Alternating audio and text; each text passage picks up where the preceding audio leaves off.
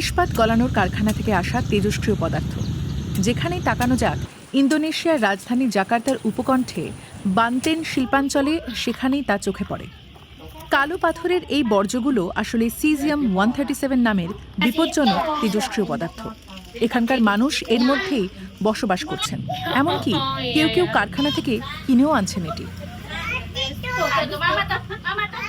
Kebanyakan buat nguruk jalan আমরা ini এই doang ya, পাথরগুলো আমাদের উঠান halaman. ভরাট করতে ব্যবহার করি। Nggak tahu mengandung apa, nggak tahu এটা কি mengandung আছে apa gitu. বা কি Jadi দিয়ে taunya তৈরি cuma আমরা buat তা জানি nguruk না। aja.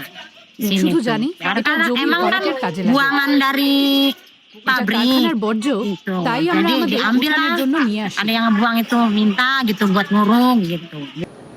ইন্দোনেশিয়ায় কোনো পারমাণবিক বিদ্যুৎ কেন্দ্র নেই, কিন্তু তদন্ত করতে গিয়ে দেখা যায় পিটার মেটাল টেকনোলজি নামের স্থানীয় ইস্পাত কোম্পানির এই কারখানাটি বিদেশ থেকে এই উপাদান সংগ্রহ করে।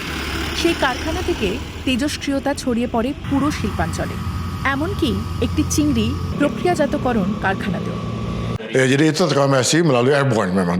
Jadi ধুলোর মাধ্যমে di scrap metal itu kan ada dust itu, ada debu-debu ya. সূক্ষ্ম Nah, কণাগুলো debu-debu itu yang terkontaminasi. 137 বহন করছে। Sehingga debu-debu itu kemudian dibawa melalui airborne. আর সেই ধুলো Sehingga বাতাসের somehow মাধ্যমে bisa চিংড়ি প্রক্রিয়াজাতকরণ end up কেন্দ্রে di পৌঁছে যায়। fasilitas pengolahan udang PT BMS.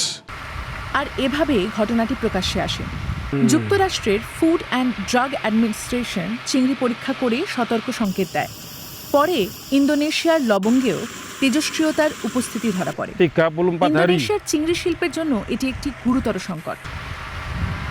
Ya, ini dengan radioaktif ini juga demikian, tambah menurun lagi karena seluruh ekspor ke Amerika ditutup, sehingga produk udang Indonesia ini kembalinya ke lokal dan lokal tidak muat. Yang terjadi udang harganya menurun sampai 100-nya ini di angka 42.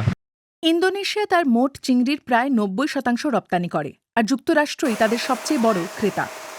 এখন প্রতিটি চালানকে তেজস্ক্রিয়তা মুক্ত হিসেবে সনদ নিতে হচ্ছে।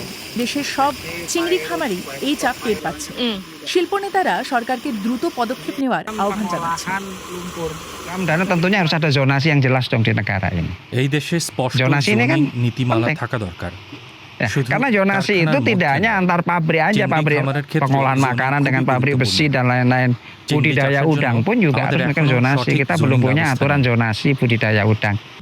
নানির পরিবারও এখন জোনিংয়ের আওতায় পড়েছেন। তার এলাকাটিকে উচ্চমাত্রার দূষিত অঞ্চল হিসেবে সিল করে দেওয়া হয়েছে, কিন্তু এর প্রকৃত অর্থ কি তা কেউ তাকে বলে। তার যাওয়ারও আর কোনো জায়গা নেই। তেজস্ক্রিয় দূষণের সম্পূর্ণ মাত্রা এখনও স্পষ্ট নয়, তবে এলাকাটি দূষণমুক্ত করতে এবং আস্থা ফেরাতে বহু বছর লেগে যাবে।